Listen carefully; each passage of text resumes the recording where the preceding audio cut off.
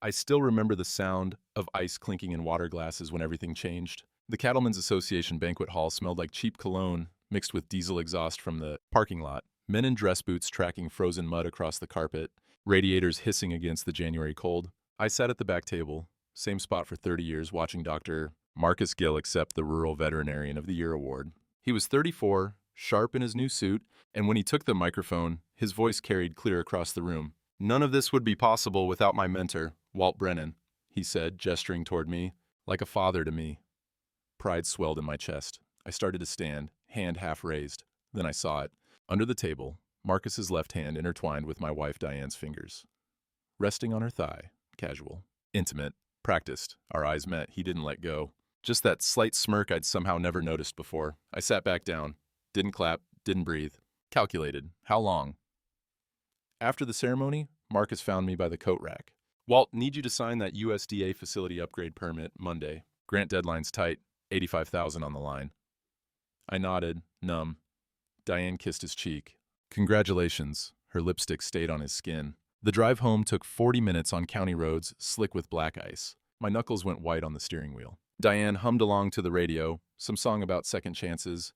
Her window cracked just enough that cold air whistled through the gap. I waited until we turned onto our gravel drive, the frozen stones crunching under the tires, before I spoke. "How long you been sleeping with Marcus?" The humming stopped. She turned down the radio with one deliberate click. "You're paranoid, Walt." Her voice was flat, rehearsed. "He's grateful, that's all. Don't embarrass yourself." "I saw your hands. You saw what you wanted to see." She gathered her purse, new leather I didn't recognize. "Marcus respects me. He listens when I talk. When's the last time you did that?" The truck idled in front of the house, porch light throwing long shadows across snow that hadn't melted in 3 weeks. "I put him through vet school," I said quietly. "Took an $18,000 equity loan on this ranch. Watched him graduate. Helped him build that clinic. And now he's successful, and you can't stand it." Diane opened her door. "You want him grateful forever. That's not how life works."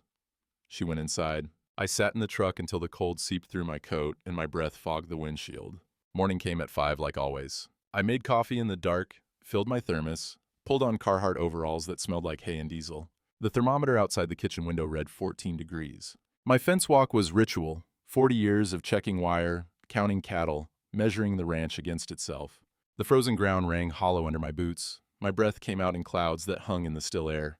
The northeast pasture fence had a broken wire, 3 strands snapped clean. Deer probably, or cattle pushing against weak spots. I made a mental note to fix it. Another thing neglected. That's when I saw Marcus's truck. His new F-250, pearl white with custom chrome, still parked at the clinic barn. 6 in the morning on a Saturday, and the lights were on inside. I walked closer. The gate lock had been changed. New padlock, no key on my ring. Through the barn window, I could see a cot set up in the tack room, microwave on a card table, clothes hanging from nails. He'd been living there, using my utilities, my well water, my propane. The clinic building itself sat on the corner of my property, built 3 years ago when Marcus said he needed space for a mobile veterinary practice. I'd helped pour the foundation, helped wire the electrical, co-signed the equipment loan. Because his credit was still buried under vet school debt, I'd funded my own replacement.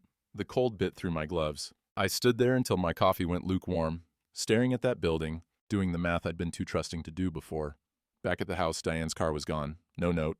I called her cell twice. Voicemail. I sat at the kitchen table and opened the file drawer I'd been avoiding, pulled out every paper I'd signed in the last 6 years, loan documents, cosigns, the clinic's LLC registration, the address listed 4728 County Road 16, my ranch. Marcus had registered his business using my property for tax benefits. Agricultural zoning, lower rates, legal entanglement I'd never agreed to. My hands shook, not from cold anymore. Clay Hodges called around 9. "You coming to the feed and seed? Haven't seen you miss Tuesday coffee in 20 years. "Not today." "Oh, Walt." His voice went quiet. "I heard about last night. The banquet. Word travels. In this county? Always has." A pause. "You need anything?" "I need to think." "Thinking alone isn't thinking, it's stewing. I'm coming out." He hung up before I could argue. Clay arrived at 10:30 with a second thermos in his old Army rucksack. We'd served together in the early 70s, stayed close after. He was 71 now, retired from the county clerk's office, with the kind of patience that comes from processing paperwork for 40 years. We sat at my kitchen table, He poured coffee that smelled like the cheap stuff from the courthouse break room. "Show me what you got," he said. I spread the documents across the scarred oak. Clay pulled reading glasses from his shirt pocket and started going through them with the methodical care of a man who'd spent decades finding errors in legal filings. "This LLC registration," he said after 10 minutes. "You signed this?" "Never saw it before today."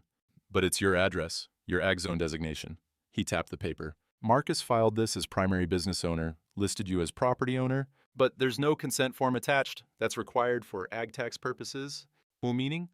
"Meaning he used your property for financial benefit without authorization. That's fraud, Walt. Small-time fraud, but it gives you legal standing." Clay kept reading. "Found the equipment loan, $45,000 for diagnostic machines, surgical tools, mobile clinic modifications, my name listed as primary borrower, not cosigner. You remember signing this?" I looked closer. My signature, but the date was wrong. I'd been at a cattle auction that day in Omaha. "He forged it," I said. Clay pulled out a spiral notebook, started writing in his careful block letters. "We're going through every paper you signed, every bank statement, every property document. If Marcus planned this, he left tracks. People always do." Outside, crows called from the bare trees.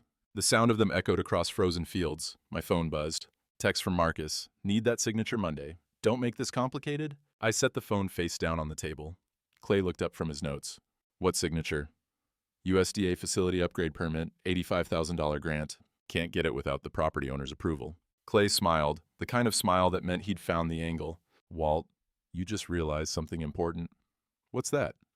"You got leverage, and Marcus knows it." Sunday morning I woke to silence. No coffee smell, no movement in the house, just wind rattling the bedroom window and that particular stillness that means you're alone.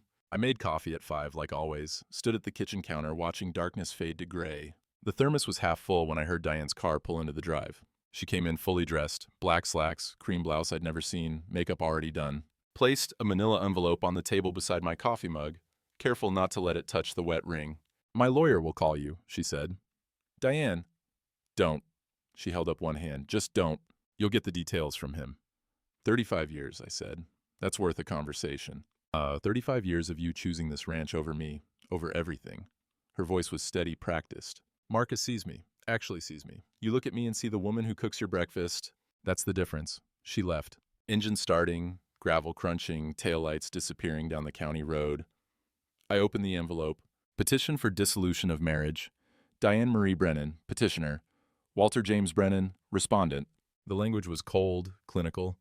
Irreconcilable differences. Equitable division of assets. But one line caught my eye. Under Marcus's Clinic LLC information, the address listed was mine, and I was designated not as property owner but as cohabitant, on my own land. I read it twice, then called Clay. "She served you already?" "Breakfast delivery," I said. "Her lawyer's listed as Gerald Voss, you know him. Young blood from Lincoln, expensive. Marcus must be paying for it." Papers rustled on Clay's end. "I'll pull the case file tomorrow. Meantime, you need to get your own attorney. Can't afford expensive." "Then we do this ourselves. I'm not licensed anymore, but I remember enough. And Walt?" His voice dropped. "Don't sign anything without me seeing it first." By noon, word had spread. Rural counties are like that. Gossip travels faster than weather reports. My phone buzzed with texts from people I hadn't heard from in months. Most were kind. Some weren't. At 1:30, my heifer started bellowing from the south pasture. I pulled on my boots and coat, grabbed the veterinary kit from the barn. The sound of her distress carried across frozen ground. Breech birth, the calf's position all wrong, one leg folded back. I could lose them both if I didn't get help fast. I called Marcus. Professional obligation overrides personal issues, that's the code. Always has been. He answered on the 4th ring. Music playing in the background, voices laughing. "Walt." "What?" "Got a heifer in trouble. Breech presentation. Need you out here." Silence. Then, "Find another vet. We're done." "Marcus, this is an animal's life." "Should have thought about that before you made things difficult." "Good luck." He hung up. I stood there in the pasture, wind cutting through my coat, the heifers breathing labored and desperate, the smell of blood and hay and fear. I called Jim Peterson, the vet 2 counties over, told him it was urgent. He said he'd be there in 40 minutes. I worked alone until he arrived, talking to the heifer, keeping her calm, doing what I could with cold, numbed hands. When Jim pulled up in his truck, I was sweating despite the temperature. Together, we repositioned the calf, guided it through. 30 minutes of work that left both of us exhausted. The calf came out alive, wobbly but breathing. The heifer licked it clean while I paid Jim $200 cash. "Why didn't you call Marcus?" Jim asked, packing his equipment. "He's closer." "He was busy." Jim gave me a long look. "Heard about the banquet, town talk." He closed his truck door. "For what it's worth, Walt, refusing emergency service? That's an ethics violation. You want to file a complaint with the state board? I'd back you up." I watched him drive away, then went inside and broke 2 ribs trying to move a hay bale wrong, my body and mind not synchronized, everything off balance. That evening, Clay came back with his laptop and a box of files from his garage. "Found Marcus's original LLC filing," he said, spreading papers across the table. "Filed 16 months ago. Look at the timeline." He laid out a calendar. Marcus registered the business 3 weeks after I co-signed the equipment loan, registered it using my address for agricultural zoning benefits, lower taxes, grant eligibility, state exemptions. He was positioning, Clay said. This wasn't spontaneous. He planned to use you, then cut you loose. Why? Money, control, because he could. Clay pulled out another document. And look at this. He applied for the USDA facility grant 4 months ago. Listed you as a reference. Said you were fully supportive of clinic expansion. Did he ask your permission? Never mentioned it. That grant requires property owner sign-off for final approval. That's why he needs your signature Monday. Clay tapped the paper. Without it, the $85,000 goes away. And Walt? I checked his banking records, public filings for the LLC. He's counting on that money. Badly. Outside, sleet started hitting the windows. The sound like rice on metal, steady and cold. My phone buzzed. "Marcus again. Monday, 9 a.m., my lawyer's office. Bring the permit signature." "Don't be difficult." Clay read the message over my shoulder. "You going?" "Haven't decided." "Good." He closed his laptop. "Because when you walk into a meeting, you need to know what leverage you're holding. And right now, Walt, you're holding all of it." The sleet turned to freezing rain. I sat at the table after Clay left, looking at papers that showed 6 years of trust turned into paperwork. Traps. Marcus had made his first mistake. He'd assumed my silence meant surrender. It turned out it just meant I was learning the terrain. Tuesday morning, I didn't go to the feed and seed. First time in 20 years I'd missed the coffee counter. And I knew it would start talk, but I couldn't face Hank and the others yet. Couldn't pretend everything was fine while my life dismantled itself in public view. Clay found me at 7, standing by the northeast pasture fence with a roll of wire and fencing pliers. The broken strands from Saturday still hung loose, swaying in the wind. I'd come out here to fix them, but just stood staring instead. His truck pulled up slow, tires crunching on frozen gravel. He got out carrying his thermos and that army rucksack, his breath visible in the cold air. "Fence won't fix itself," he said. "I know. But you're not fixing it." "No." He poured coffee from his thermos into the lid, handed it to me. It was the courthouse coffee again, bitter and strong. The smell of it mixed with diesel exhaust from his truck and the clean cold of frozen fields. "Walt, you can't hide on your own ranch." "Not hiding, thinking. Same thing, the way you do it." Clay set his rucksack on the ground, unzipped it. "Brought something to help you think better." He pulled out 3 spiral notebooks, the kind he'd used at the county clerk's office. Each one labeled in his block handwriting, property records, financial documents, LLC filing trail. "Spent yesterday at the courthouse," he said. "Called in some favors. Pulled every public record tied to Marcus Gill, the clinic, and your property." He opened the first notebook. "Want to know what I found?" The wind picked up, rattling bare branches in the tree line. A crow called, harsh and sharp. "Marcus registered that LLC using your address, like we knew. But here's what we didn't know. He used your agricultural zoning to secure a state small business loan, $28,000. The loan officer noted in the file that the business had established agricultural ties through property, owner Walter Brennan. That's you giving him credibility you didn't know you were giving? Can he do that?" "Not legally, not without your written consent for use of ag status." Clay flipped pages. "There's more. The equipment loan, you thought you co-signed. You're listed as primary borrower. $45,000 in your name. Marcus is secondary. If he defaults, they come after you first." And my hands tightened on the coffee cup. "He forged my signature on that date. I was in Omaha." Prove it?" Got the cattle auction receipt in my files. Clay smiled, not happy but satisfied. "That's what I like to hear. Evidence." He made a note in his book. "We keep building this. We got a case. Not just for divorce court, for fraud." The coffee had gone cold, but I drank it anyway. The bitterness matched how everything tasted now. "What do I do with it?" I asked. "First, you walk back into town. Showed him you're not beaten." Clay zipped his rucksack. "Second, we keep digging. Marcus made one mistake. Men like him always make more.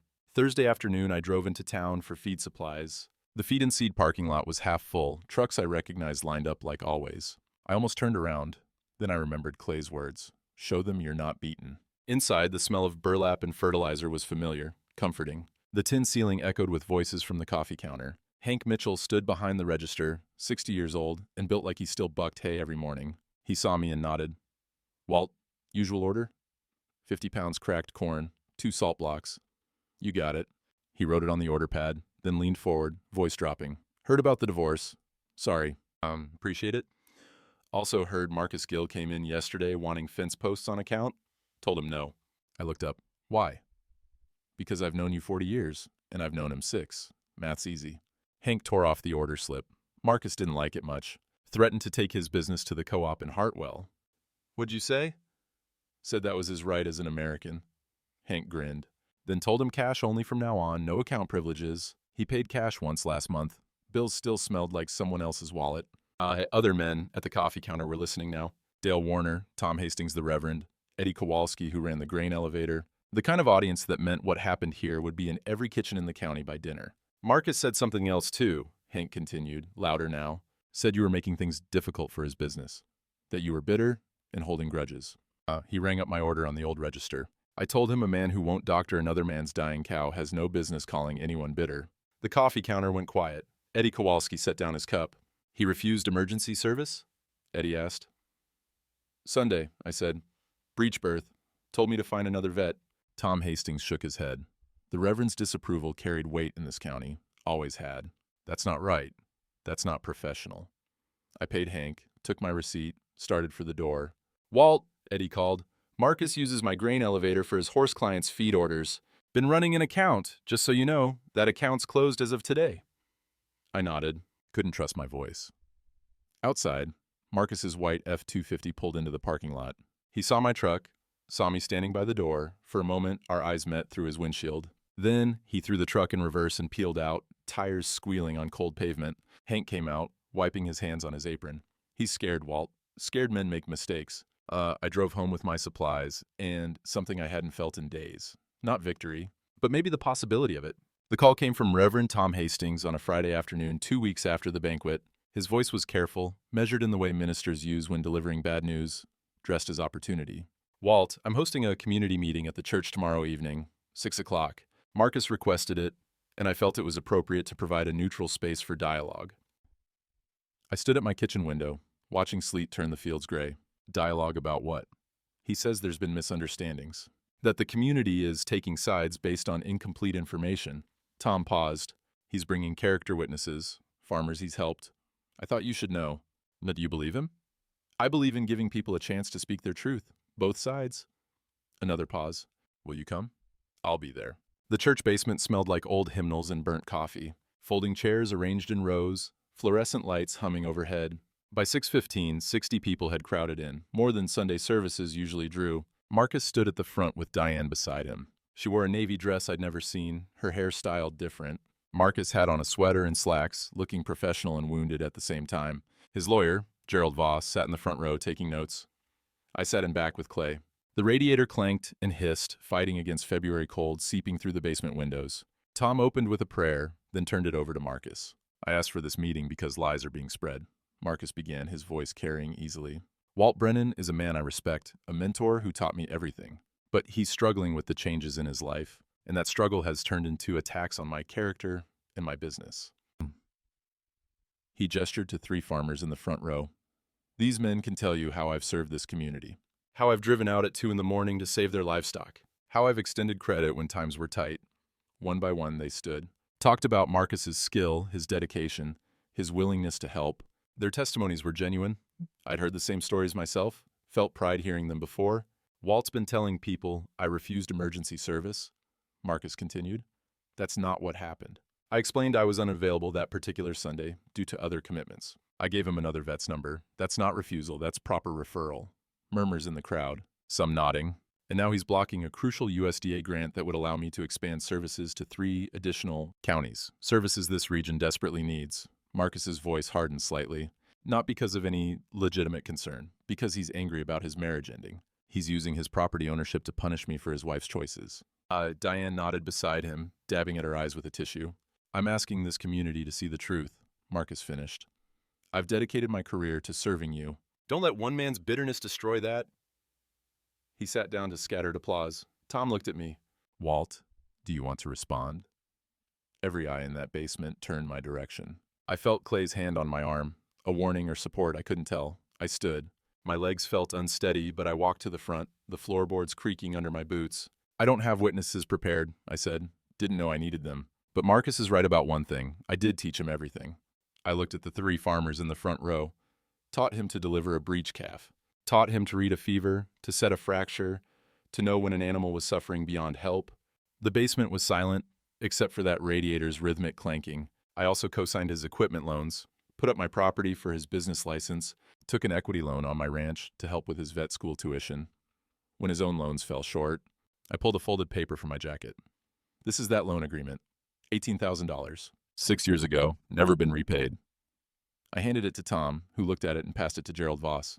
The USDA grant Marcus mentioned requires property owner approval because the clinic sits on my land. My signature, my liability if anything goes wrong. He never asked permission to use my address for business registration. Never told me about tax benefits he was claiming through my agricultural zoning. Marcus stood. That's a mischaracterization. I'm not finished. My voice came out harder than intended. Sunday, February 4th. My heifer was dying. I called Marcus at 1:30. He told me to find another vet. I have the phone records. Jim Peterson drove from 2 counties over and can confirm the timeline. That animal and her calf almost died because Marcus was too busy to honor his professional obligations. I looked around the room. I'm not here to attack Marcus's skills. He's a good veterinarian. I'm here because good skills don't make up for bad character. And using a man's property, his credit, his trust, then claiming he's bitter when he asks questions, that's not a man serving the community. That's a man serving himself. I sat down. The silence lasted 5 heartbeats, then Tom stood. I think we need to pause here. This is clearly more complex than a simple community discussion. He looked at both of us. I'm willing to mediate a private conversation. Just the 3 of us, you, Marcus, and Walt. See if we can find resolution before this gets uglier. Marcus glanced at his lawyer. Voss nodded slightly. Fine, Marcus said. But only if Walt agrees to sign that permit if we reach terms. Everyone looked at me. I'll hear what you have to say, I said. No promises beyond that. The meeting dissolved. People filing out, whispering. Clay gripped my shoulder as we walked to the truck. Sleet had turned to freezing rain, coating everything in ice. My phone rang at 8:30 that night. Emily, my daughter, calling from Denver. Dad, I saw on Facebook about some town meeting, about you and Mom. It's complicated, sweetheart. Is it true? About Mom and her veterinarian? Yes. Silence on the line. Then, Jesus, Dad, how did you not see this coming? The words hit like a physical blow. Emily, everyone's talking about it. My friends from high school are messaging me. Do you know how embarrassing this is? Her voice rose. You're 68 years old, making a spectacle of yourself over a divorce. It's pathetic. Your mother left me for a man I put through school. So what? You want her to stay out of obligation? This is exactly why I moved away. You and your pride and your ranch and everything being about what you built. She was crying now.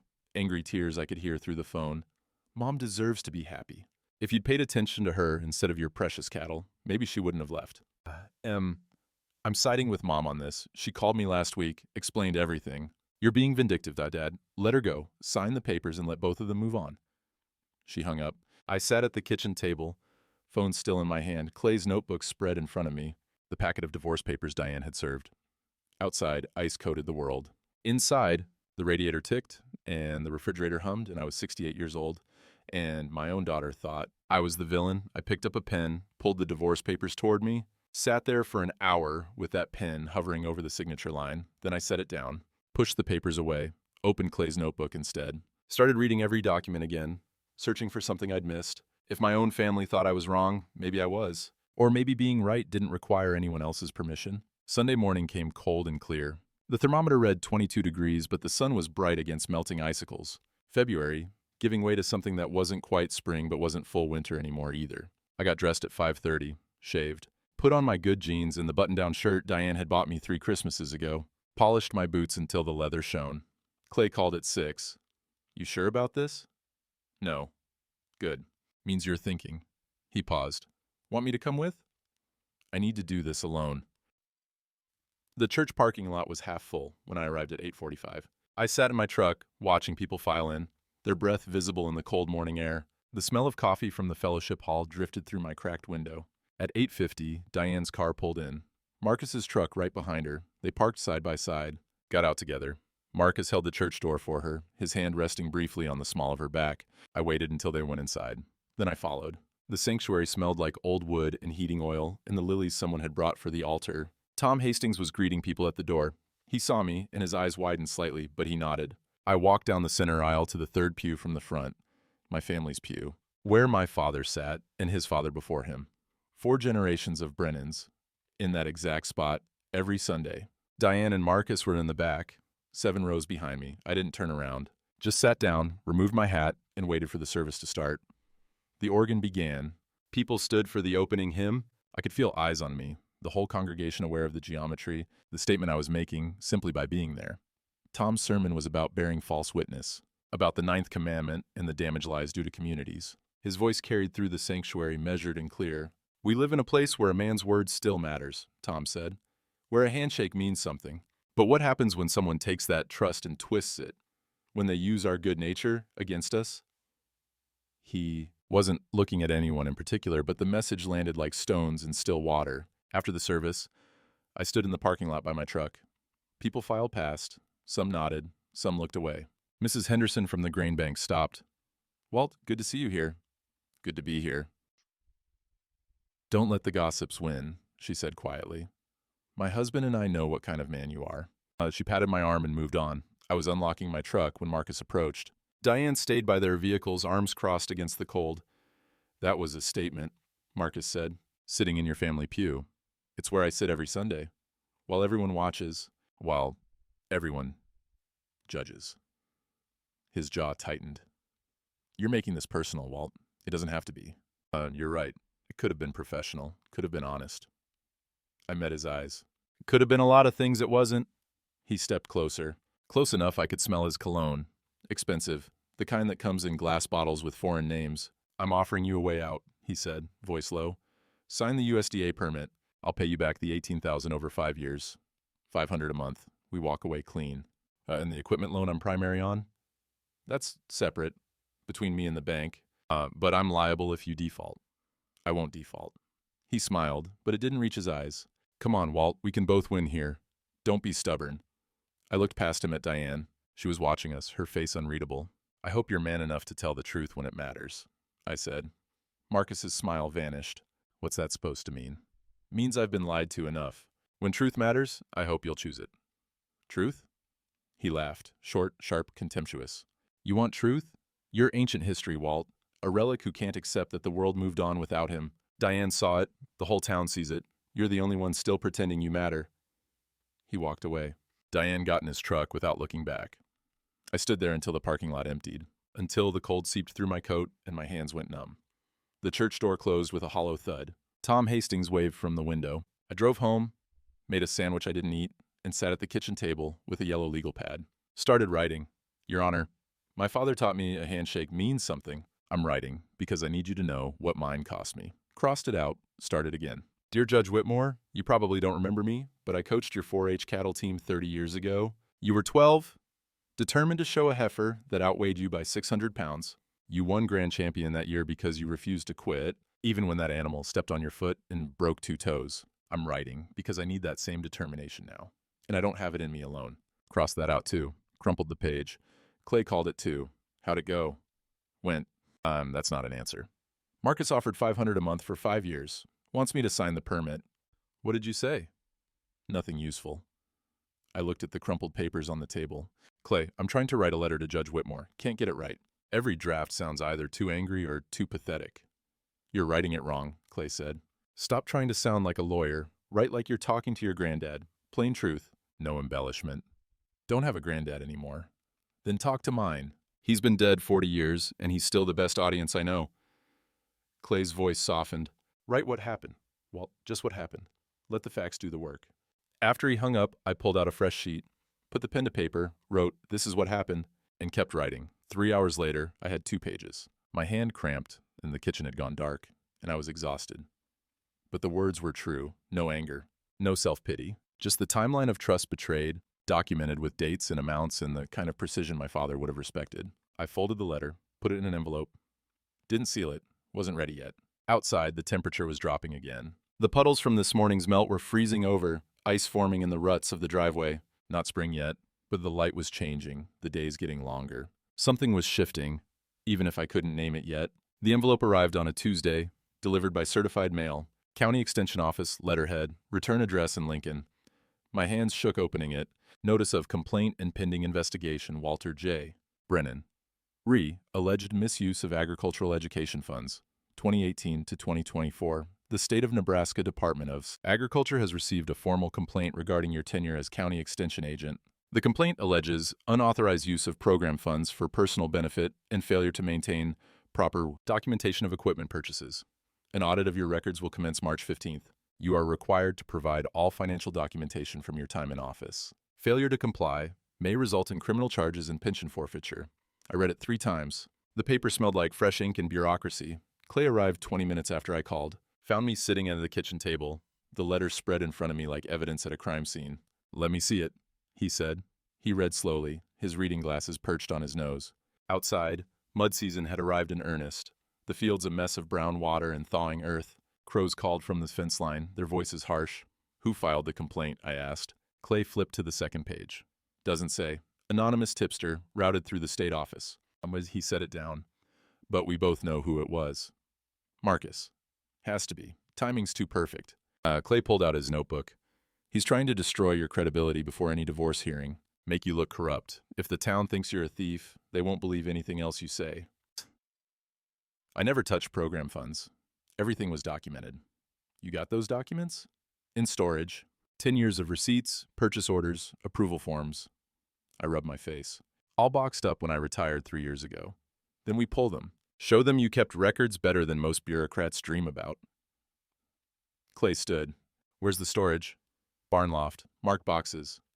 We start today. Because Walt," he tapped the letter, "the audit's in 2 weeks. We need to be ready before they show up." We spent 3 days in the barn loft, surrounded by boxes, labeled in my wife's handwriting from when she helped me pack. The smell of old paper and dust, the sound of mice skittering in the rafters. Every receipt pulled out was a memory. Workshops I'd taught, equipment I'd ordered for 4-H clubs, grants I'd written for young farmers. Clay organized everything by year, cross-referencing against county records he'd kept from his clerk days. By Thursday evening, we had proof of every penny accounted for, more than accounted for. I'd spent my own money on supplies when budgets ran short, never filed for reimbursement.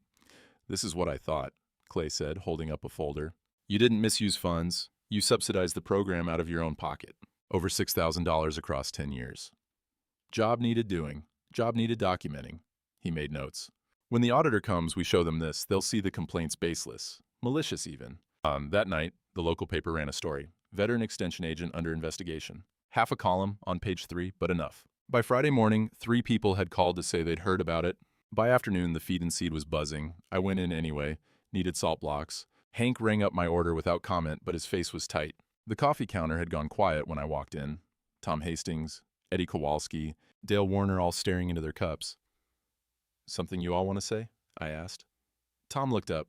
"Walt, is it true about the investigation?" "There's an audit, anonymous complaint. I'll cooperate, and it'll show I did nothing wrong." But why would anyone complain if there wasn't something to it?" Dale asked. "Because someone wants me to look dirty before divorce proceedings start." I looked around at their faces, men I'd known for decades. "Marcus Gill filed that complaint. Timing's too convenient to be anything else." Eddie shifted in his chair. "That's a serious accusation." "It's the truth." "You got proof?" Dale pressed. "Got proof I did my job honestly. Got 10 years of receipts in my barn. That enough?" The silence stretched. Tom broke it. "We've known you a long time, Walt, but we've also known people who seemed honest until they weren't." And I paid for the salt blocks and left. Friday evening, Clay called. "Someone's coming to see you. Be there in 20 minutes. "Who?" "Just be ready." A Honda Civic pulled into my drive at 6:30. A woman got out, mid-30s, jeans and a canvas jacket, brown hair pulled back. She approached the porch where I stood with coffee gone cold. "Mr. Brennan? I'm Beth Ann Cartwright." The name meant nothing at first, then Marcus's ex-wife. "For 5 years, yeah." And she climbed the porch steps. "Can we talk?" Inside, she sat at my kitchen table, the same spot Diane used to occupy for breakfast.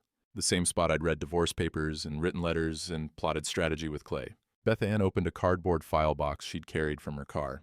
"Your friend Clay called me, said you were dealing with Marcus and might need to know some things." "What things?" She pulled out a stack of papers. "I married Marcus 7 years ago. He was in dental school, couldn't get vet school funding, so he switched programs." She spread documents across the table. "I worked 2 jobs, paid his tuition, co-signed his student loans." The story sounded familiar, terribly familiar. "When he graduated, he said he was going to pay me back, set up a practice, build something together." Her voice was flat, practiced. She'd told this story before. Instead, he met someone else. Someone with money and connections, divorced me, stuck me with $40,000 in loans. Someone else? A widow in Omaha, 60 years old, owned a medical supply company. He moved in with her, used her business contacts to get equipment deals. Beth Ann pulled out more papers, credit card statements, loan documents. Lasted 18 months. Then he met Diane at some veterinary conference. And here we are. My hands had gone numb. He has a pattern. He has a system. Beth Ann looked at me directly. "Find someone established, someone trusting. Use their resources, their credit, their respectability. Then trade up when something better comes along." She pushed a document toward me. "This is a restraining order I filed. Marcus threatened me when I asked for the loan money back. Said I was trying to ruin him. Said he'd make sure I never worked in this county again." "And did he?" "I left Omaha. Work at a grain elevator now, 60 miles from where we lived. Safest option." She pulled out one more paper. "This is his pattern, Mr. Brennan. 3 women before Diane, all older, all with assets, all discarded." I stared at the evidence spread across my table. The smell of old documents and broken promises. "Why are you showing me this?" "Because Clay said you're fighting back. And someone should." Beth Ann stood. "Also because Marcus will lie in court. He's good at it, believable. But he can't keep his story straight when he's pressed. He gets defensive, says too much, contradicts himself." She tapped her temple. "His trigger's being called trailer trash. Anything that reminds him where he came from. That's when he breaks." Trailer trash? His father was an alcoholic. Marcus grew up in a mobile home park outside Kearney. Got bullied. Swore he'd never be poor again. She gathered her papers. "He's terrified of people seeing him that way. That's his weakness." After she left, I sat alone with her file box. Clay called at 8. "You meet her?" I did. And Marcus just made his biggest mistake. I looked at the restraining order, the pattern of exploitation documented across 7 years. He thought he was attacking my reputation. Turned out he was giving me a witness. Outside, the sound of spring peepers started up from the pond. Frogs emerging from winter mud, calling for mates. The season turning whether anyone was ready or not. Clay came over Saturday morning with his laptop and 3 manila folders. He set them on my kitchen table with the deliberate care of a man laying out evidence at a trial. "Found something," he said, "and you're not going to like it." I poured coffee. The smell of it mixed with March rain hitting the windows. Steady, cold, the kind that turns fields to soup. "What now?" He opened his laptop, turned it to face me. Bank records, spreadsheets, credit card statements. Marcus's LLC finances are public record because he took that state small business loan. I pulled everything from the past 18 months. I looked at the numbers. Red dominated the columns. "He's broke," Clay said. $60,000 in credit card debt. The new truck got repossessed last week. Saw the tow truck myself at the clinic. He's 3 months behind on equipment loan payments. He pointed to a line item. And he's been gambling. Online poker, sports betting, 12,000 lost since December alone. Jesus. Gets worse. Then Clay pulled out a printed form. "Remember that second USDA application you never signed? I got a copy from the county office. This is your signature at the bottom." I looked closer. My name, my handwriting. But something was wrong about the loops, the pressure of the pen. I was at a cattle auction in Omaha that day. I said, "February 8th. Got the receipt to prove it." Oh, that's what I figured. Clay set down another document. He forged it, Walt. "Federal document, your signature, USDA grant application. That's not civil fraud anymore. That's a felony. 5 years minimum if prosecuted." The rain picked up, drumming harder on the roof. I stood, walked to the window. My fields stretched brown and muddy under gray sky, waiting for spring to take hold. "We could bury him," Clay said quietly. "Take this to the state AG. Criminal charges, IRS audit, revoke his veterinary license. He'd never practice again. Probably do time."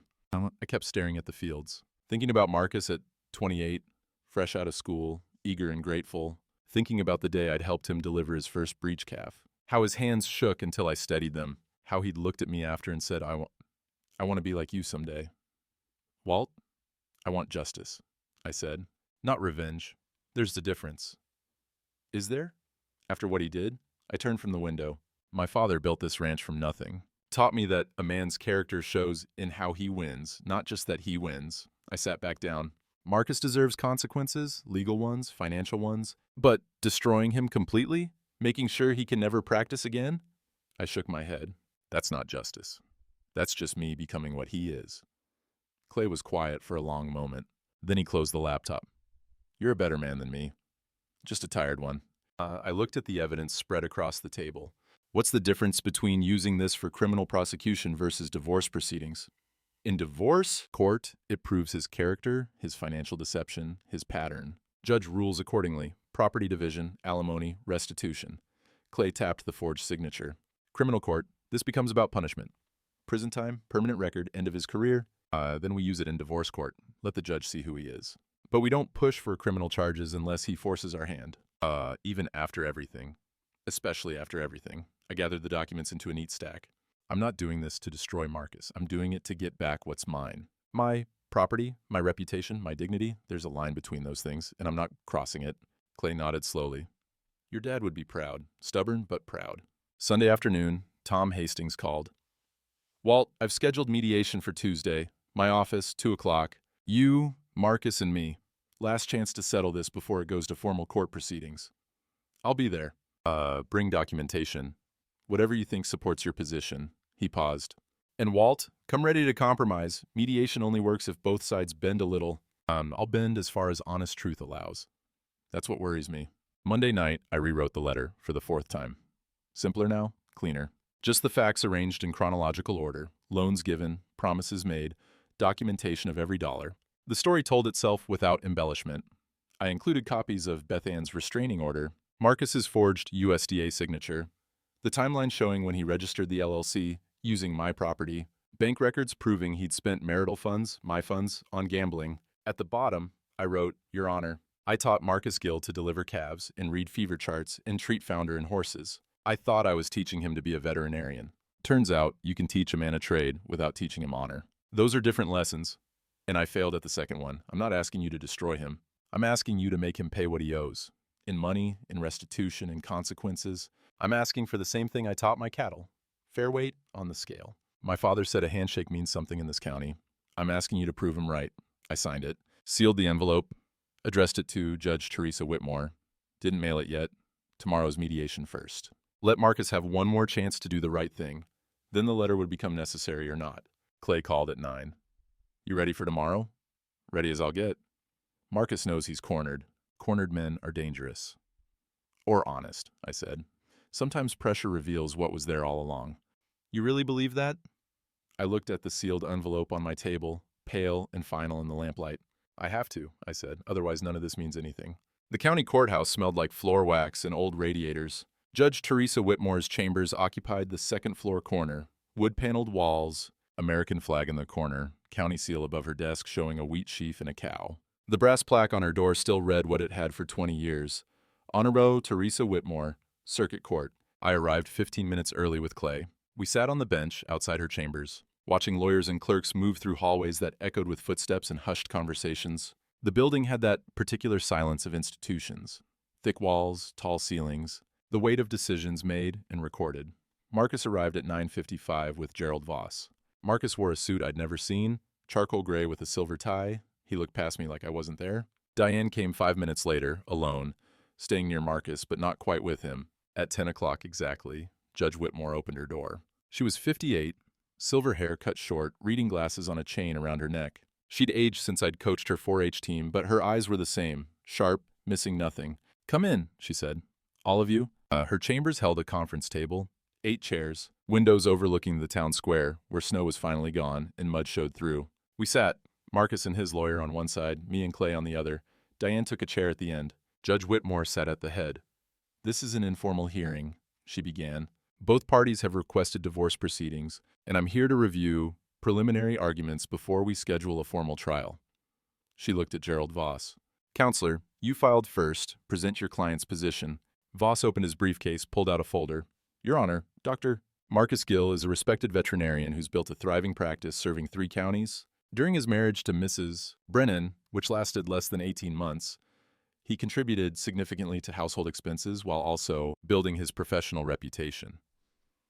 I started to object, but Clay put a hand on my arm. Mr. Brennan, Voss continued, is attempting to claim credit for Dr. Gill's success. He points to a personal loan made years ago, before the marriage, as evidence of some kind of ownership over my client's career. This is frankly absurd. My client graduated veterinary school through his own merit, built his practice through his own skill, and now faces harassment from a bitter mentor who can't accept that his protege surpassed him. But Voss slid papers across the table.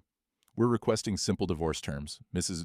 Brennan receives modest alimony, $2,000 monthly for 3 years. Dr. Gill retains all business assets as separate property, acquired through his own efforts. Mr. Brennan signs the pending USDA permit, removing the last obstacle to clinic expansion.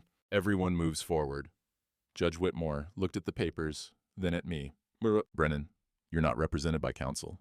No, Your Honor. Just my friend Clay here, helping with documentation. Oh, you understand you're at a disadvantage proceeding pro se? I understand I'm telling the truth, and truth doesn't need expensive packaging.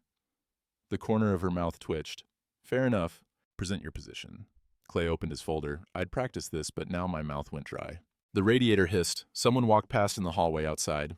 Your Honor, 6 years ago, I took an equity loan on my ranch, $18,000, to help Marcus Gill pay veterinary school expenses his student loans didn't cover. He signed a promissory note agreeing to repay once he established his practice. I slid the note across the table. Judge Whitmore picked it up, examined it. He never repaid $1, I continued. 3 years ago, when he wanted to build a clinic, I co-signed an equipment loan for $45,000. It turns out I'm listed as primary borrower, not co-signer. If he defaults, I'm liable. Clay passed over the loan documents. Marcus registered his business LLC using my ranch address without permission to claim agricultural tax benefits. He forged my signature on a second USDA grant application. I laid out both documents side by side. I was at a cattle auction in Omaha the day the signature was supposedly made. I have the receipt. Judge Whitmore leaned forward, studying the forged signature. During his relationship with my wife, which began while we were still married, Marcus used joint marital funds for gambling. $12,000 lost in 4 months. He's $60,000 in debt despite claiming financial success. Clay provided the bank records. Voss started to interrupt, but Judge Whitmore held up her hand. Let him finish. I'm not the first person Marcus has done this to, I said. His ex-wife, Beth Ann Cartwright, will testify that he used the same pattern with her, married her, used her credit and income to fund dental school, then left when someone with more resources came along. She has a restraining order against him for threatening her when she asked for repayment. I laid down Beth Ann's documents. And last month, Marcus filed an anonymous complaint with the State Agriculture Office, claiming I misused program funds during my tenure as extension agent. The complaint's baseless. I have 10 years of receipts proving otherwise. But the timing's convenient, isn't it? Designed to destroy my credibility right before divorce proceedings. The room was silent, except for that hissing radiator. Your Honor, I'm not asking you to destroy Marcus. I'm asking you to make him pay what he owes. I pulled out my letter, handed it across the table. I wrote this for you. It's everything that happened, in order, with documentation. My father taught me a handshake means something in this county. I'm asking you to prove him right. Judge Whitmore took the letter. Read the first page silently, her expression shifting, eyebrows rising, lips pressing together. She flipped to the second page. Read more. Then she did something I didn't expect. She laughed. Not a chuckle, a real laugh that echoed off the wood-paneled walls. She set down the letter, took off her reading glasses, and wiped her eyes. I'm sorry, she said, composing herself. It's just, she looked at Marcus. Dr. Gill, in 20 years on this bench, I have never seen such a comprehensive self-immolation. And Marcus's face went pale. Your Honor, those documents are taken out of context. Out of context? Judge Whitmore picked up the forged signature. This is a federal document with a forged signature that you used to apply for government funds. She set it down carefully. And you, Counselor Voss, brought your client to my chambers without reviewing his actual financial situation. He's broke, gambling addicted, in violation of loan covenants, and you're asking me to give him a clean divorce with alimony payments? Voss opened his mouth, closed it. Judge Whitmore turns to the bank records. Mr. Brennan's documentation shows a pattern of financial fraud, identity theft, An exploitation spanning 7 years and multiple victims. She looked at Marcus. Did you think I wouldn't see it? Or did you think your charm would carry you through? Your Honor, if I may, Marcus started. You may not. Her voice went cold. Here's what's going to happen. We're scheduling a formal hearing for 2 weeks from today. Mr. Brennan, you'll present your evidence with proper witness testimony. Dr. Gill, you'll have the opportunity to refute these claims under oath. She stood. And Dr. Gill, I suggest you consult with a criminal defense attorney. Because if half of what's in these documents is accurate, you're facing charges beyond divorce court. We filed out. In the hallway, Marcus grabbed Diane's arm. This is your fault. You said he'd roll over. You said he was too old and too stupid to fight back. Don't touch me, Diane said, pulling away. I gave up everything for you. Everything. And now you gave up nothing. Her voice was ice. You used me the same way you used him. I just didn't see it until now. She walked away. Her footsteps echoed down the marble hallway, fading. Marcus turned to me. You happy now? You destroyed my life. No, I said. You did that yourself. I just documented it. As Voss pulled Marcus toward the stairs, we need to talk. Privately. Now. Clay and I stood in the hallway as they left. Through the tall windows, I could see the courthouse square. Grass starting to green up, early daffodils pushing through mud, spring arriving, whether anyone was ready or not. That went well, Clay said. That went true, I corrected. Same thing, in her courtroom. 2 weeks later, the formal hearing took 30 minutes. Judge Whitmore had reviewed everything, interviewed Beth Ann by phone, verified my cattle auction receipt, and consulted with the state AG's office about the forged signature. Her ruling was comprehensive. Marcus would repay the $18,000 loan plus 6 years of compound interest. 1,000 total. He would transfer all clinic equipment I'd co-signed for to me as compensation for the fraudulent loan terms. Diane would receive no alimony due to adultery during marriage. The USDA permit would be denied based on documented fraud. And Marcus's veterinary license would be suspended for 6 months pending ethics review. The kicker came at the end. Dr. Gill, Judge Whitmore said, I'm forwarding these documents to the federal prosecutor's office. The forged signature on a USDA application constitutes federal fraud. Whether they pursue charges is their decision. But you should know this behavior has consequences beyond my courtroom. Marcus sat frozen. His lawyer whispered urgently, but there was nothing left to say. Outside the courthouse, Clay gripped my shoulder. You did it. We did it. How's it feel? I looked across the square at the feed and seed, the grain elevator, the church steeple rising against April sky. Feels like I can breathe again. 3 days later, I heard Marcus left the county, took what he could carry, left the rest. The clinic building sat empty, the equipment, now mine, gathering dust. Diane moved to Lincoln, sent divorce papers through her new lawyer. I signed them without contest. Beth Ann called to say Marcus had contacted her, trying to borrow money. She'd hung up. The town moved on, the way small towns do. New gossip replaced old. Spring planting started. Life continued. But some things changed. The feed and seed felt different when I walked in. Less pitying glances, more respect. Tom Hastings asked me to speak at church about perseverance. Hank Mitchell put my picture behind the counter with other local veterans, under a sign reading Community Pillars. I didn't feel like a pillar. Just a man who'd refused to surrender when surrender seemed easier. 3 weeks later, I sat on the porch at dawn with my coffee. The rain gauge showed 2 inches from last night's storm. Good for the seedlings. The fields stretched green toward the horizon, that particular shade of new growth that only comes in May when winter finally lets go its grip. The thermometer read 58 degrees. No frost warning. The last danger had passed. I heard a vehicle coming up the drive. Emily's rental car. A compact sedan that looked out of place against the mud and gravel. She'd called yesterday, said she was flying in from Denver, needed to talk. She parked by the barn, got out slowly. 36 years old, and she looked like Diane had at that age. Same cheekbones, same way of holding her shoulders when she was uncertain. She climbed the porch steps, hands in her jacket pockets. Dad? Coffee's fresh, I said. She sat in the chair her mother used to occupy, accepted the mug I poured. We watched the sun clear the tree line, warming the porch boards. A meadowlark called from the fence post, its song clear and bright.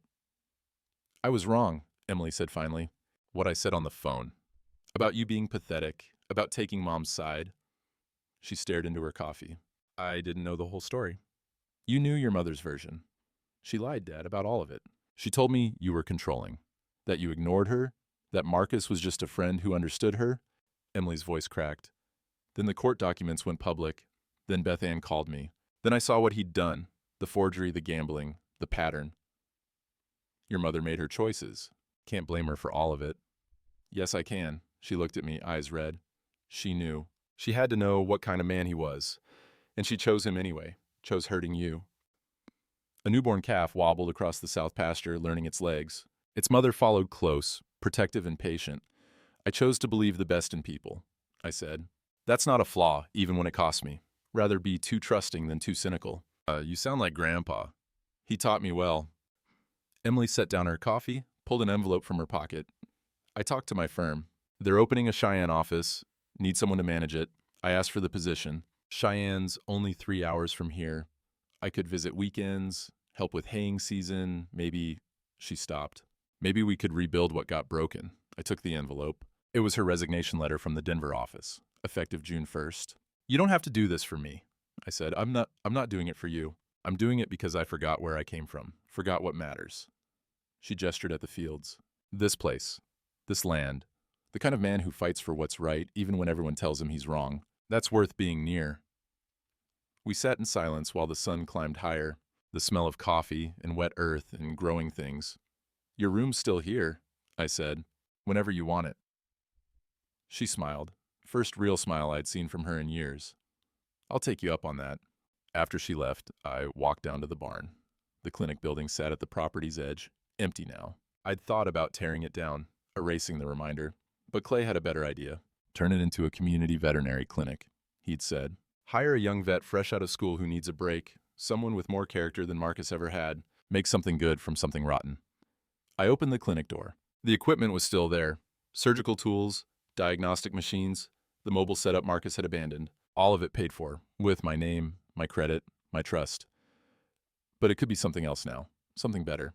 I made a note to call the veterinary college, ask about recent graduates looking for rural placement, someone hungry, grateful, willing to serve rather than use. Outside, I heard Clay's truck pulling up the drive. Tuesday morning, right on schedule. He had his thermos and his spiral notebooks, same as always. Brought the final settlement papers, he called, climbing out. Everything's processed. Money should hit your account next week. $27,000. Not enough to replace 6 years, but enough to prove the point. Enough to say that debts get paid, even when debtors run. We walked the fence line together, checking wire like we'd done 100 times. The ground was solid now. Winter's mud dried to workable earth. The cattle grazed peacefully, calves growing strong beside their mothers. You hear about Marcus? Clay asked at the northeast corner. Heard he's in Kansas, working at a corporate vet clinic, no ownership stake. Also heard the federal prosecutor decided not to file charges. Said it wasn't worth the cost of prosecution. Clay tested a fence wire, found it solid, but his vet license suspension stands. 6 months without practice. That'll follow him forever. Good enough, I said. You really think so? I looked across my land. 4 generations of Brennans, all the way back to my great-grandfather who'd cleared it with a mule and determination. This place that Marcus had tried to use as a stepping stone, never understanding that land isn't a resource to exploit, it's a responsibility to tend. I got my property back, my reputation back, my daughter coming home. I tightened a loose wire, felt it snap into proper tension. Marcus got consequences, that's all I wanted. Not revenge. Revenge is what you take. Justice is what you earn. I pulled off my work gloves, tucked them in my back pocket. I earned this. We walked back toward the house. As the sun climbed higher, the fields stretched endless and green. The fence stood solid. The cattle thrived. Some battles you win with noise. This one I'd won with receipts, documentation, and the quiet persistence of telling truth until someone with power listened. But the real victory wasn't in the courtroom or the settlement check. It was in the morning fence walk, the coffee on the porch, the land that remembered who loved it and who'd tried to sell it. The land remembers. And now, so would I. Summer came slow that year, the way it does in Nebraska when spring refuses to surrender easily. I'd wake at 5 like always, make coffee in the dark, carry it to the porch to watch sunrise paint the fields gold. The daffodils I'd planted on my father's grave were blooming now, yellow and bright against the gray stone. Emily had been there yesterday, left fresh wildflowers she'd picked from the south pasture. She'd extended her stay twice already, said Cheyenne could wait another month, said maybe she'd look at properties nearby, keep a place for weekends. We'd see. The clinic building had new purpose now. Young vet named Sarah Chen, fresh from school, eager to serve rural communities nobody else wanted. She'd moved in last week, already had appointments scheduled through July, said she wanted to learn from someone who understood land and animals and the way trust builds slow in small towns. I'd told her the whole story. Wanted her to know what the building represented, both the warning and the possibility. Marcus's equipment loan got paid off when the settlement cleared. The forged signature investigation closed without charges, but his license suspension held. Last I heard, he was working hourly at a clinic in Topeka. No ownership stake, no authority. Diane was somewhere in Lincoln. We'd signed papers, moved on. The town had mostly forgotten, the way small towns do when new gossip arrives. But some things stuck. Hank still poured my coffee first at the Feed and Seed. Tom Hastings had asked me to serve on the church council. The county extension office had quietly dropped their investigation, sent a letter acknowledging my decade of service with distinction. My father used to say, you can't make a man honorable by giving him things. Honor builds from the inside, or it doesn't build at all. I'd thought if I gave Marcus everything, he'd become the son I never had. But I'd confuse gratitude with character. Those aren't the same. Maybe that's the real lesson. Not about betrayal or justice or revenge. About knowing the difference between investing in people and enabling them. Between mentorship and martyrdom. Between teaching a trade and teaching integrity, and understanding you can't force the second no matter how well you teach the first. The land doesn't care about human drama. It just asks to be tended. Every morning I walk the fence line, check the wire, count the cattle, measure rainfall, my father's old gauge. The same rituals his father performed, and his before him. Some things Marcus took can't be returned. 6 years of trust, a marriage, the particular innocence that comes from believing the best in people. But some things he couldn't touch. The land, the work, the knowledge that I'd stood for something when it would have been easier to fold. Emily's car pulled into the drive, right on schedule. She'd brought lunch from town, sandwiches from the deli, sweet tea in mason jars. We'd eat on the porch, talk about her Cheyenne plans, maybe walk down to see how Sarah was settling into the clinic. The sun warmed the porch boards. The fields stretched green and endless. A hawk circled overhead, riding thermals, patient and sure. I don't regret helping Marcus. I regret not seeing who he was sooner. There's a difference. But I see clear now. And that clarity, hard-won, expensive, earned through mud and rain and the slow turn of seasons, that's worth more than any settlement check. The land remembers who loved it and who tried to use it. And me, I'll be here when the frost comes again. When winter tests the fence wire, when spring asks once more if anything can grow from frozen ground, I'll be here. That's enough. That's everything.